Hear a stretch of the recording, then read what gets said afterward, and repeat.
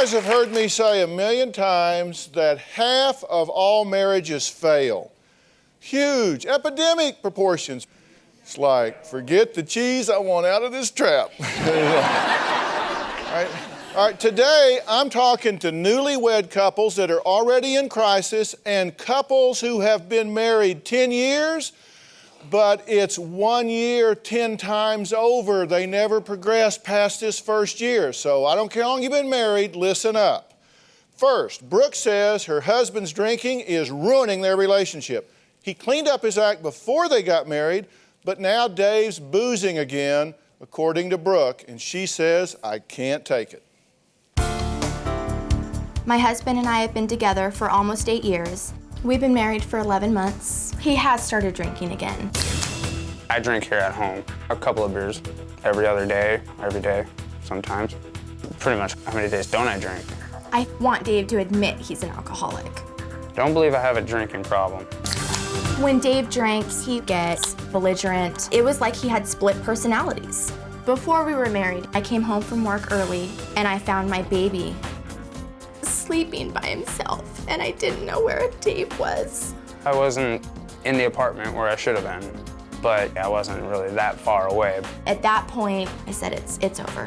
When he finally realized this is what I have to do to be with her, he went into treatment.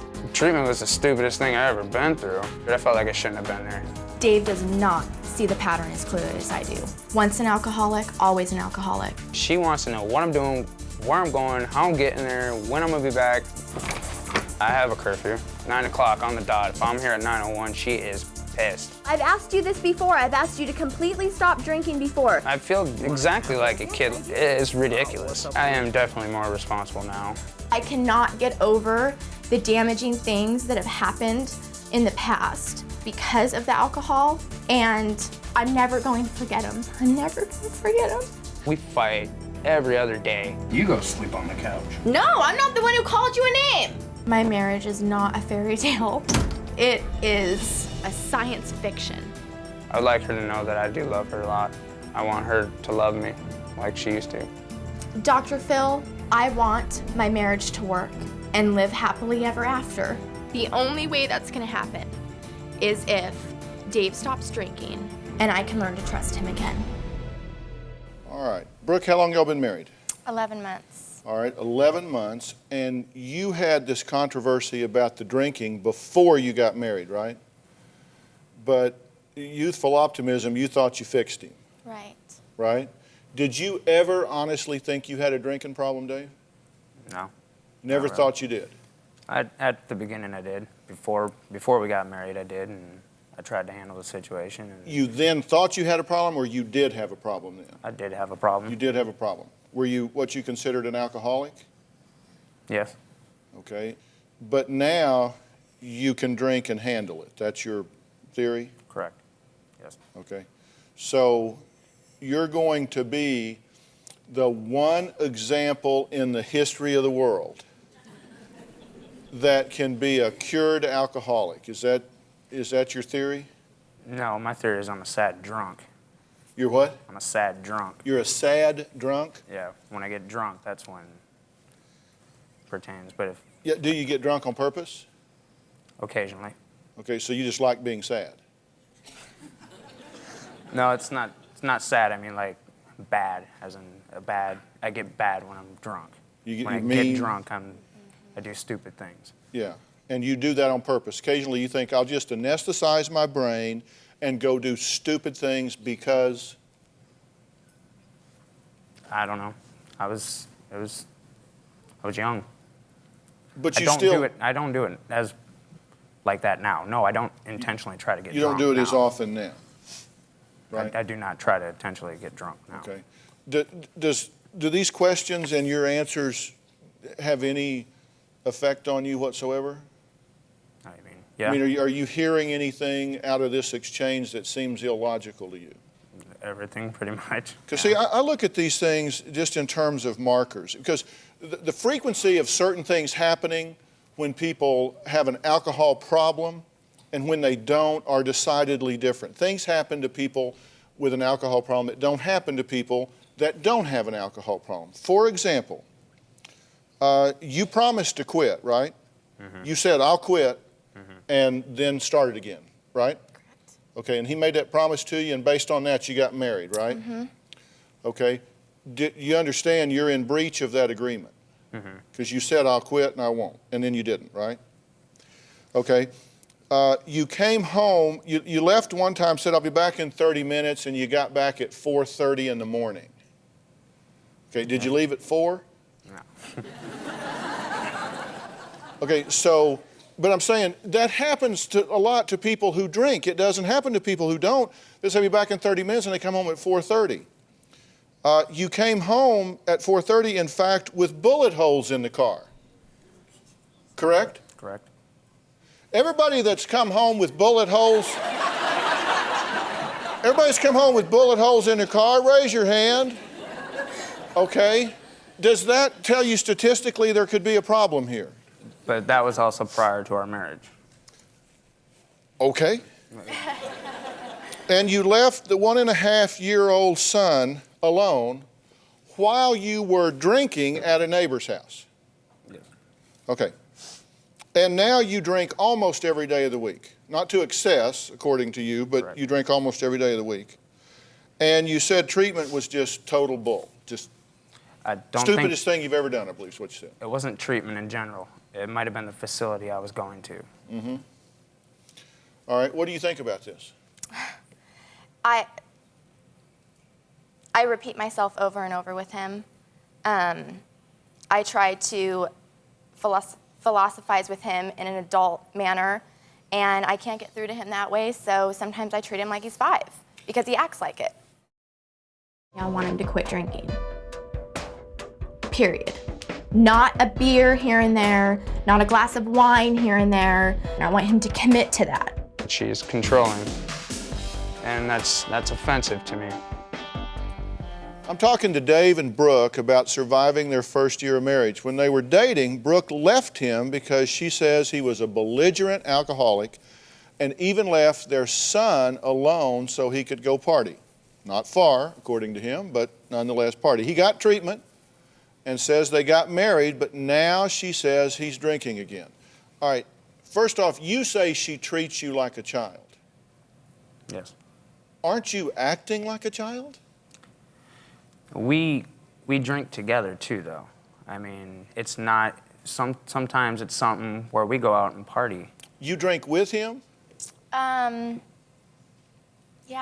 Are you nuts? Yeah. I came to a point where I said, I don't think it's fair that I don't have the problem. I had my son when I was 18, and I was forced to grow up, and he didn't. And I was always taking care of him by myself, and I was always alone. And so I never got to enjoy being young, and that's a choice I made. I understand that, but I don't get belligerent. I don't get... I'm not saying you do, but you're saying to him, don't drink, let's go drinking? No, it's not really like that. It's more at family functions, at a barbecue, or thing. Okay. And I have a glass of wine. It's not like, you know, we go out to the club and get smashed drunk together. It's not like that. Okay, let me tell you some things that I think are really important here. You say she keeps bringing up the past, right? Correct. But haven't you had serious problems with alcohol in the past?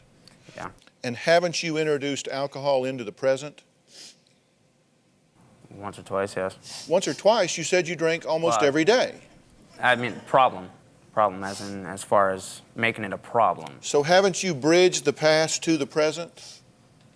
To a point, yes. And doesn't that then make sense that she would have all of those bad memories and all of those bad feelings of 30 minutes, 4:30, bullet holes in the car, son left unsupervised, belligerent, drunk episodes?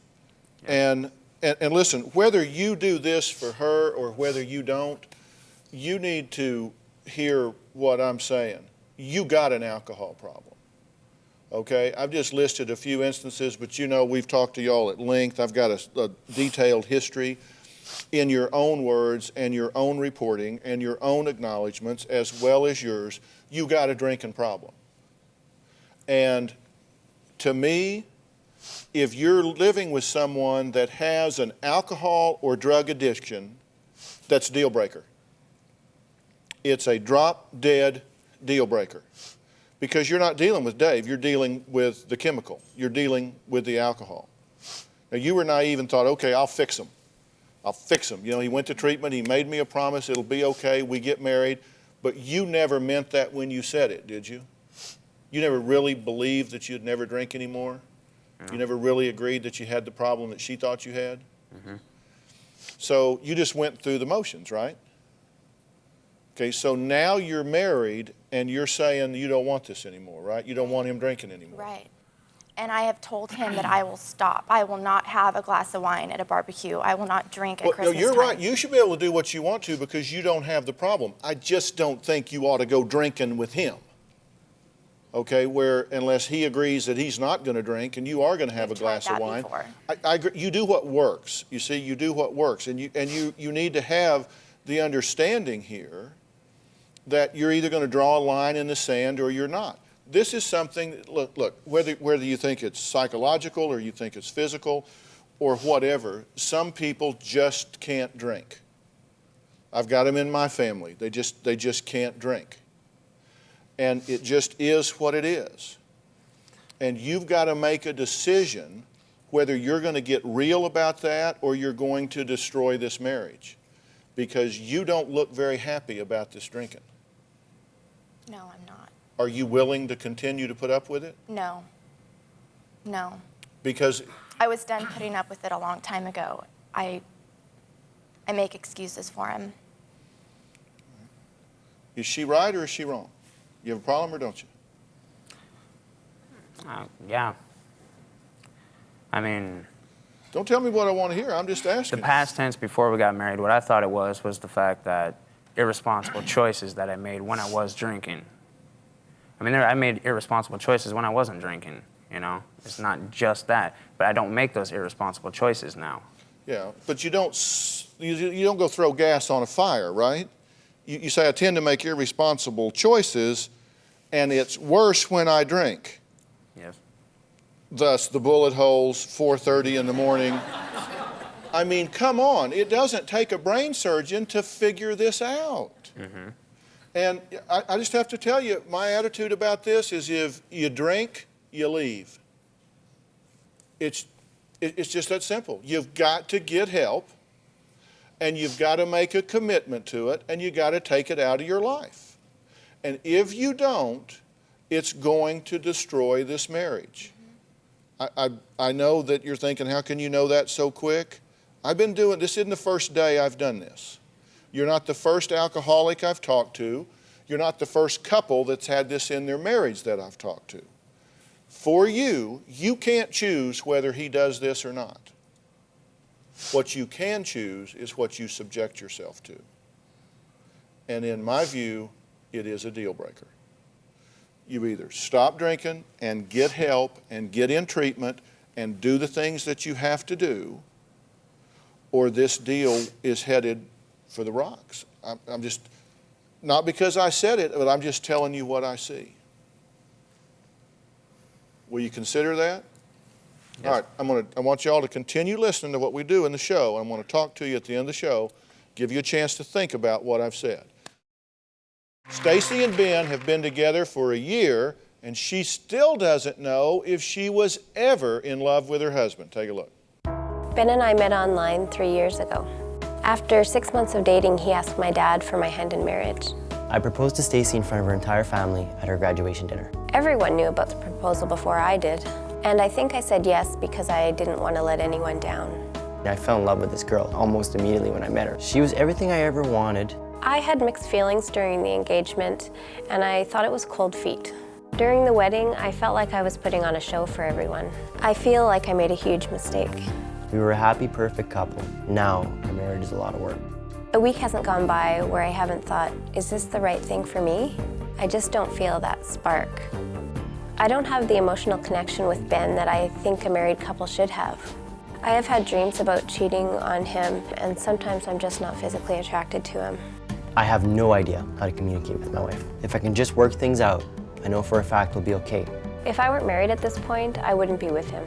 I love my husband as a person, but sometimes I feel like I'm just not in love with him.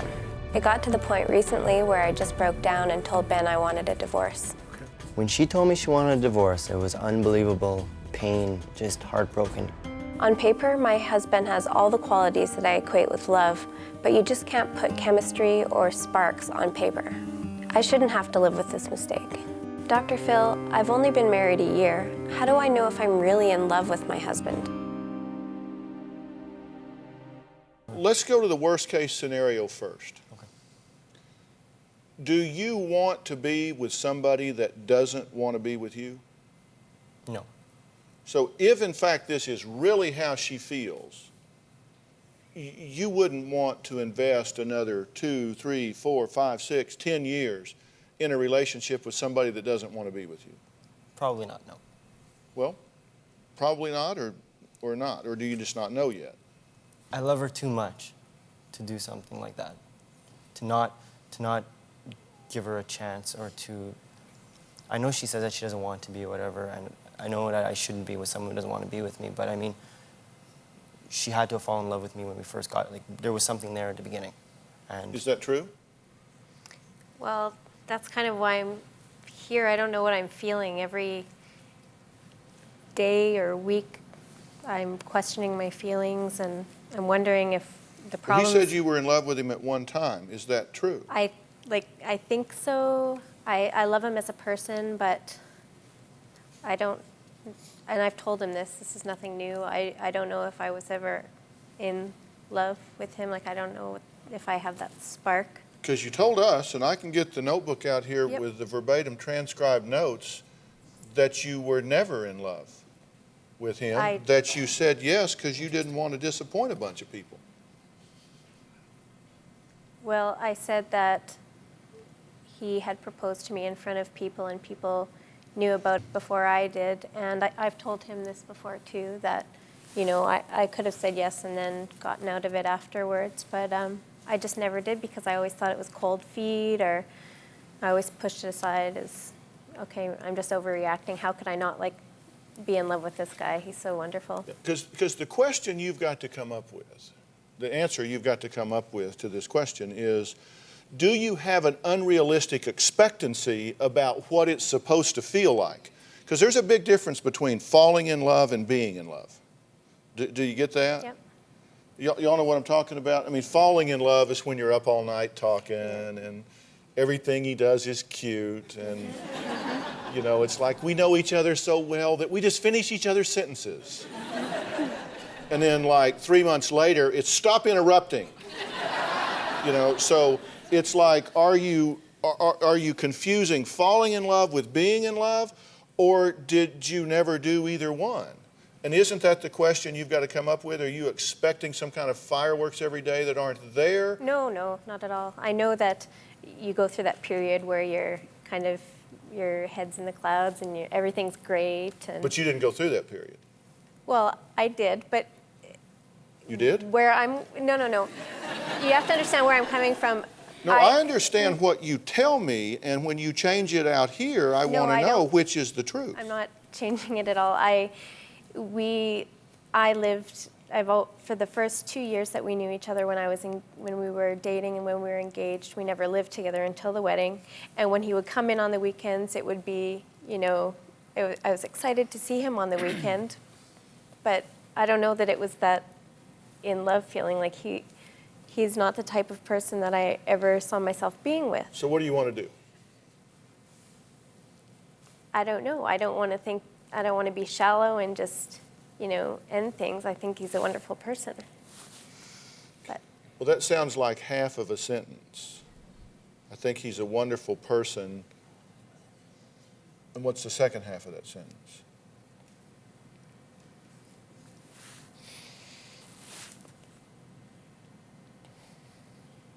I don't know. Because let me tell you what I think. First off, I don't think you have the right to quit this marriage at this point? Because I think that you have to earn your way out of it if you're going to get out of it. And that means you have to be willing to turn over every stone with yourself and with Ben. Is this something about you that you just can't connect? Wouldn't you hate to get rid of Ben and get into the next one and find out the common denominator is you? Yes. And that you had a great guy that loved you a lot, but you, for some reason, couldn't experience because of something in you what you wanted to experience with another person. And then you found out, well, I went through Ben and Bob and Tom before I figured out it was me. I could have hung on to a great guy that loved me and had amazing patience. Yep. Amazing patience. Oh, I know he does. And you are a very patient person, right? And you do love her. So you got to work it out. But I'm going to tell you that I don't believe that you're doing this out of sensitivity to Ben. I don't think you have the right to string him along. No, I don't either. I think you've got to get the guts to either do the work and get in this marriage, or do the work and find out that you owe it to him to let him go. Because you're burning daylight for him. Now, he loves you too much to tell you that. I don't.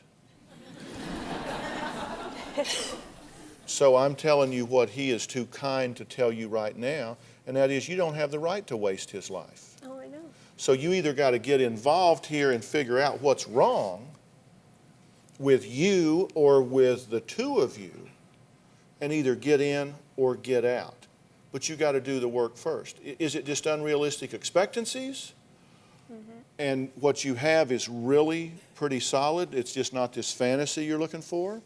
Or is there something wrong chemistry-wise between the two of you? And don't you want to know that? I mean, It would be nice to know. I mean, if in fact she said, I don't love you, I'll never love you, wouldn't you rather know that today than a year from now? Yeah. If I give you, as a couple, some specific things to do over a 2-week period, it takes a lot of work and a lot of effort and a lot of time, will you do it? Mm-hmm.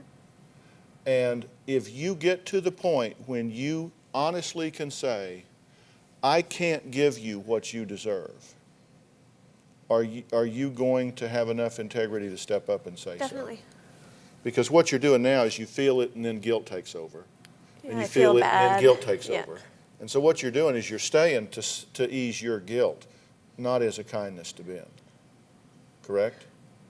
No, I'm feeling because I feel bad for, like, I just want to give him another, he asked me to give him another chance, and I say, okay, yes.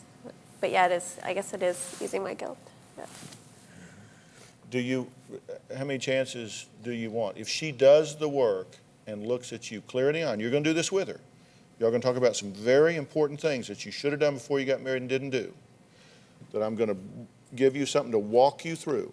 It's a book I've written. It's called Relationship Rescue. It's very, very specific. There are some very specific things in there you need to do. You don't even need to read the book. There are just some specific things you need to do. And I want you to do it chapter and verse. And if at the end of that time she says, look, we just have no future, do you want to know that? Yes. All right. After 4 months of marriage, Jonna stopped working to raise her son, and now she says her husband Jeff is treating her like a child, especially when it comes to money. Take a look. The first year of marriage has been a roller coaster. I often thought I made a mistake. Honestly, I did not think that we'd have to work on our marriage after we got married. I thought it'd just be the same. About 5 or 6 months after the wedding, things began to go downhill. He'd say little things like I'm lazy or I don't do anything. She says that I talk down to her, and that's just the way I am, straight shooter, no around. Hayden. I stay home with my son. He just doesn't understand how hard it is to take care of a child. He makes me feel less than a person. For Mother's Day, he gave me a gift of $200, and we had gotten in a fight, and he took the money away and told me I have nothing. Like, this house isn't mine, it's his. When he buys something, he doesn't ask my permission. One day a contractor showed up at my house to put in a deck and a fence costing $3,000, and I knew nothing about it in advance. I buy things without asking her, and sometimes I forget that there's two instead of just one. And how is it your money? Because it is, Jonna. Get over it. I feel like he's belittling me. We've had sex twice in the last 6 months. When we got married, everything changed. I have no desire to have sex with him.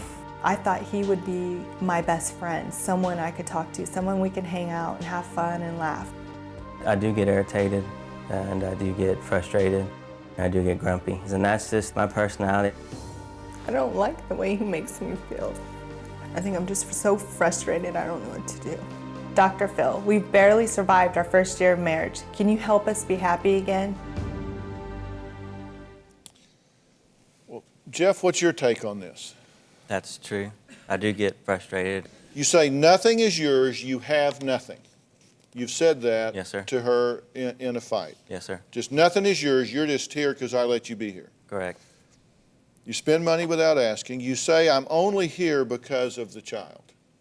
You've said that. Yes, sir. You cooked and cleaned and helped with laundry before the marriage, but now you've stopped all that. You don't do that at all.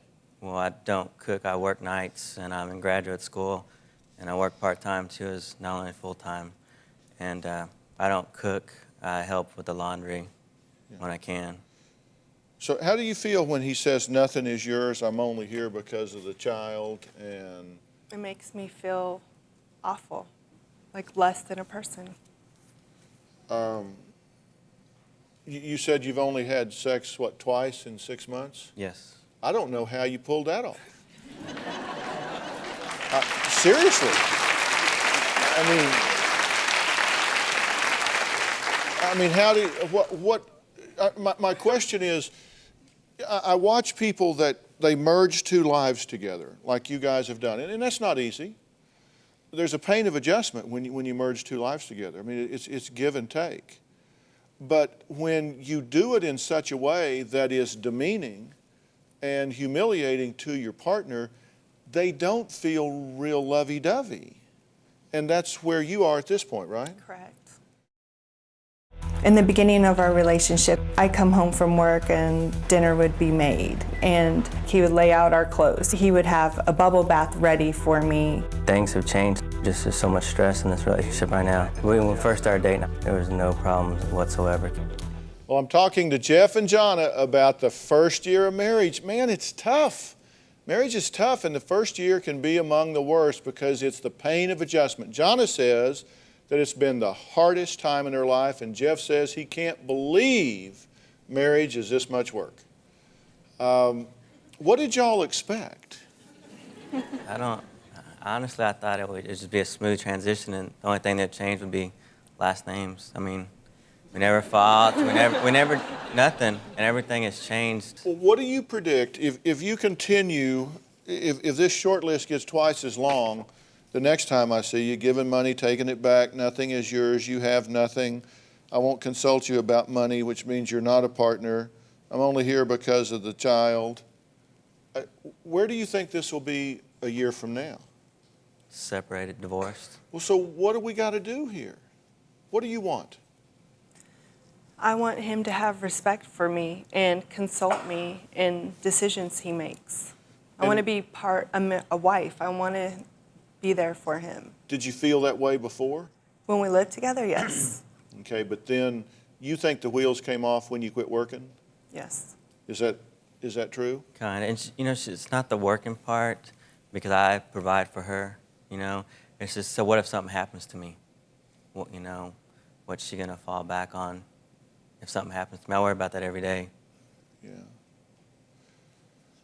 And what would you do if something happened to him? I guess you'd get a job, wouldn't you? Yeah. She'd be rich, so Yeah. she had a lot of money. But Yeah, that's what would happen. I'd like her to go to school and finish because she's very smart. Okay, and that's fine, and you can tell her that, and you can hopefully inspire her about that. But telling her nothing is yours, you have nothing, I only tolerate you because of the child, does that really get your academic juices flowing? I'm just saying you're going at this the wrong way. Look, Right. Relationships are negotiated. you guys need to sit down and negotiate. If you have a problem with her values or what she's doing, then you need to say so and talk about those, but you don't handle that by insulting her character. And I have a question for you. How much fun do you think you are to live with? Probably not that much fun. I mean, really, is that what you want? No. I mean, don't y'all want to have fun and share some goals and some dreams and some things you can both buy into? Mm-hmm. Yes. And that's what changed when we got married. That all stopped for some reason. For some reason? Yeah. Well, yeah. Yeah, you have nothing kind of turns the old conversation. Right. You know, Yes, and I don't know if you meant that or you were just angry or whatever, but marriage is a partnership. I mean, it really is. It's not an employer-employee relationship. And it's a partnership, and I think you guys need to reopen the negotiation window, and you need to talk about what you need from him. And if you have a problem, say so, but let's solve the problem. Let's not attack each other's character. And this has gotten into a character assassination, hasn't it? Mm-hmm. And what if that stopped and you started working the problem instead of attacking the character? Is it too late for you? No. Or are you willing to try I'm to willing to work on do it. this? Yes. And you don't want your wife going to bed feeling like dog meat at night, do you? No. I mean, so you got to figure out how you can do something to change that. And that means renegotiate your deal. What you need in terms of respect and dignity, and what you need in terms of her active contribution to the partnership. What do you think about these guys? Do you think David's going to get real about this? If you think he is, raise your hand. If you think he's not, raise your hand. That's almost everybody in here said you're not going to get real about it, and among the people who said yes, you didn't raise your hand.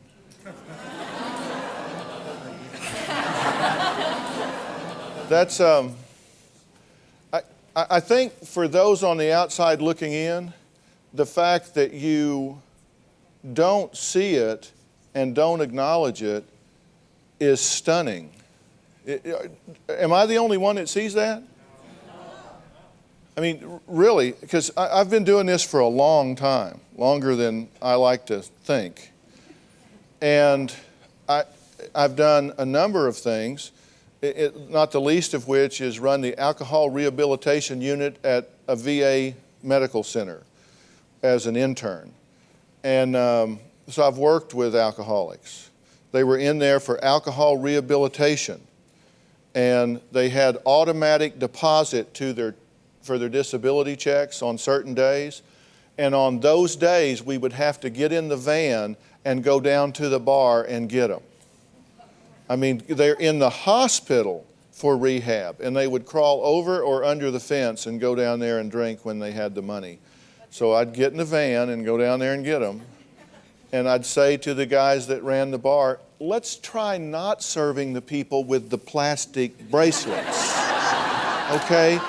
Here's a clue, okay? But yet they would still go in there and do it, and with just no insight. And so I'm trying to tell you, even if you don't think so, it's going to cost you your relationship.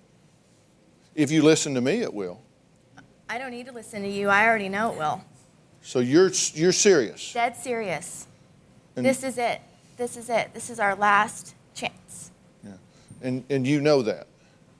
Okay, so you'll choose. You'll either choose to not have a problem with drinking and continue doing it, or you will choose a relationship.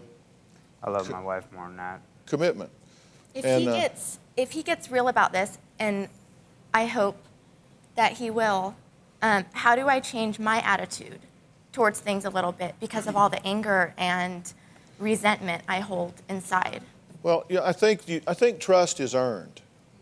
I really do. It's a step at a time. Trust is earned. And I think that I've said the best predictor of future behavior is past behavior. If you want to know what somebody's going to do next year, look at their history. And right now, his history predicts bad behavior next year.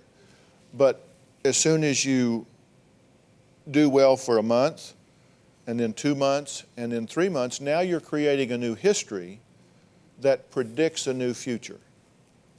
And so what you need to do is be patient enough and give that up. You know, you'll only hang on to it if it serves a purpose for you. And right now it's serving the purpose of keeping you on guard so you don't get burned again. But as the threat lessens, the need for the anger will lessen.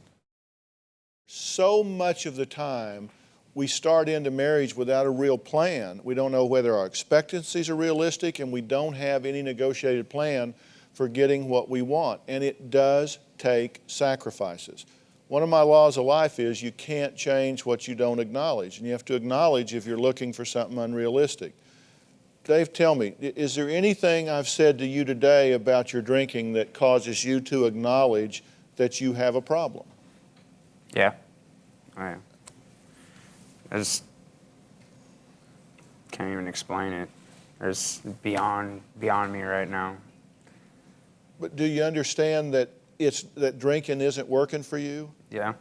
And you understand she is deadly serious. We've been sitting here talking. And Yeah. Going down some Are you plans. serious about this? He knows I am, 100%. I don't say I'm going to do something and not follow through with that. Yeah. He knows that's how I am. I've been that way since the day he's met me. Yeah. And you guys have heard me say, I think we need to work hard on our marriages, but you also heard me say that an alcoholic or a drug addict that will not acknowledge the problem and get the professional help is an absolute deal breaker, because the chance of it working is less than zero if you're unwilling to acknowledge it and deal with it. And you may find her a real hard act to follow. So I think I'd hang on to what I got. Deal? Gotcha. Do you have a story or a question for me? Click the link in the description and tell me what in the world is going on.